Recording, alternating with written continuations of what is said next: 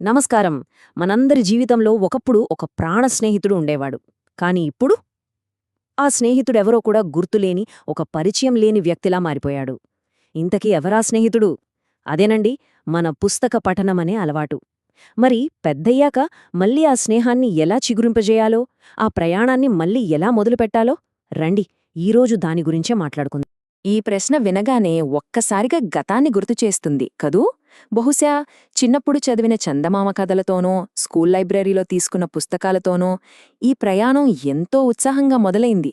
కాని ఎక్కడో ఎప్పుడో మధ్యలోనే ఆగిపోయింది. అసలు ఎందుకిలా జరిగింది? ఆ పుస్తకాలతో మనకున్న ఆ బంధం ఎక్కడ తెగిపోయింది? నిజం చెప్పాలంటే చాలామందికి చదువు పూర్తయ్యేంతవరకు పుస్తకాలతో మంచి ఫ్రెండ్షిప్ ఉంటుంది. కానీ ఎప్పుడైతే ఉద్యోగం, పెళ్లి, బాధ్యతలు ఇలా జీవితం కొత్త మలుపు తీసుకుంటోందో ఆ స్నేహం మీద మెల్లగా దుమ్ము పేరుకుపోవడం మొదలవుతుంది. అలా మన చిన్ననాటి స్నేహితుడైన ఆ పుస్తకం మనకు తెలియకుండానే దూరమైపోతుంది. సరే, అంతా బానే ఉంది. మరి తెగిపోయిన స్నేహాన్ని మళ్ళీ కలపడానికి అసలు అడ్డంకేంటి అని అడిగితే చాలామంది చెప్పే మొదటి మాట టైం లేదు అని. నిజమే, రోజువారీ జీవితంలో ఉండే హడావిడిలో చదవడానికి ప్రత్యేకంగా సమయం కేటాయించడమంటే అదొక పెద్ద సవాలే. ఇదిగోండి, ఈ మాట మనలో చాలామందిమే అనుకునేదే, చెప్పేదే. ఇదేదో మన వ్యక్తిగత లోపం కాదు, మనందరం కలిసి ఎదుర్కొంటున్న ఒక కామన్ ప్రాబ్లం. కాని ఒక్క క్షణం ఆగి ఆలోచిద్దాం. ఇది నిజంగా సమయం లేకపోవడమేనా, లేకపోతే మన ప్రాధాన్యతలు మారడమా? ఇప్పుడు ఈ నంబర్ చూడండి. ఇది చాలా ఆసక్తికరమైన విషయం.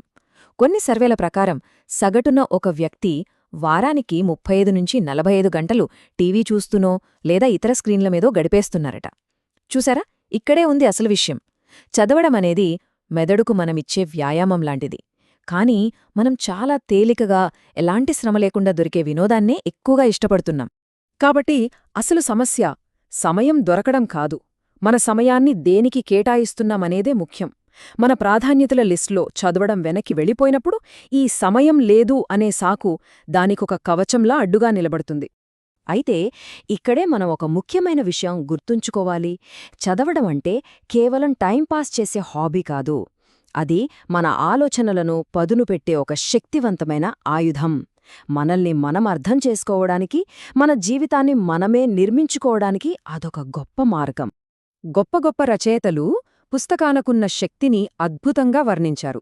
ఉదాహరణకి ఫ్రాన్స్ కాఫ్కా ఏమన్నారంటే, మన లోపలున్న స్తబ్దతని, మన భయాలని, మన అనుమానాలని, అంటే ఆ గడ్డగట్టిన సముద్రాన్ని పగలగొట్టే ఒక పదునైన గొడ్డలిలా పుస్తకముండాలట. ఇక పండిట్ నెహ్రూ అయితే పుస్తకాలని జీవశక్తి నిధులు అని పిలిచారు. ఒక్కసారి ఆలోచించండి. అంటే ఒక వ్యక్తి తన జీవితకాలంలో సంపాదించిన అనుభవాన్ని, తను ఎదుర్కొన్న సమస్యలకు కనుగొన్న పరిష్కారాలని మనం కేవలం కొన్ని గంటల్లోనే ఒక పుస్తకం ద్వారా సొంతం చేసుకోవచ్చనమాట. జాన్ మిల్టన్ దృష్టిలో అయితే ఈ గొప్ప పుస్తకాలు ఒక తరం నుంచి మరో తరానికి అందించే అమూల్యమైన వారసత్వం లాంటివి. తరతరాలకు జ్ఞానాన్ని అందించే అంతకన్నా గొప్ప ఆస్తి ఏముంటుంది చెప్పండి? సరే, ఇదంతా కేవలం స్ఫూర్తినిచ్చే మాటలే కాదు. సైంటిఫిక్గా కూడా చదవటం వల్ల మనకు అద్భుతమైన మానసిక ప్రయోజనాలు ఉన్నాయి. ఇది మన ఆలోచనలకు కొత్త డైమెన్షన్స్ ఇస్తుంది. స్ట్రెస్, యాంగ్జైటీ లాంటి వాటిని తగ్గించి మెదడుకు ఒక మంచి ఎక్సర్సైజ్లా పనిచేస్తుంది. చివరికి వృద్ధాప్యం వచ్చినా మనసును చురుగ్గా, ఆరోగ్యంగా ఉంచుతుంది.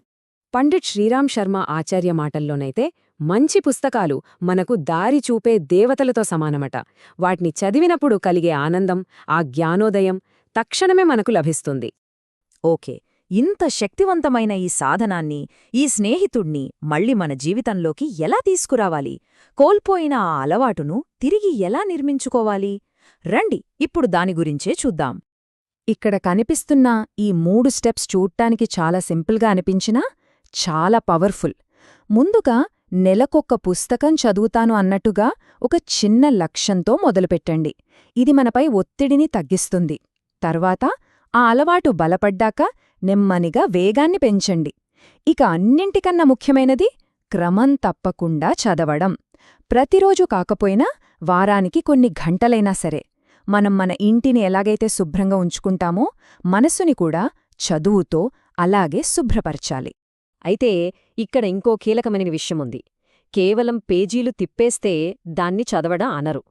మనం తిన్న ఆహారం జీర్ణమైతేనే కదా మన శరీరానికి శక్తి వస్తుంది. సరిగ్గా అలాగే చదివిన దాని గురించి మనం ఆలోచించినప్పుడే, దాన్ని మననం చేసుకున్నప్పుడే ఆ జ్ఞానం మనలో ఇంకుతుంది. ఈ ప్రాసెస్నే చింతన అంటారు.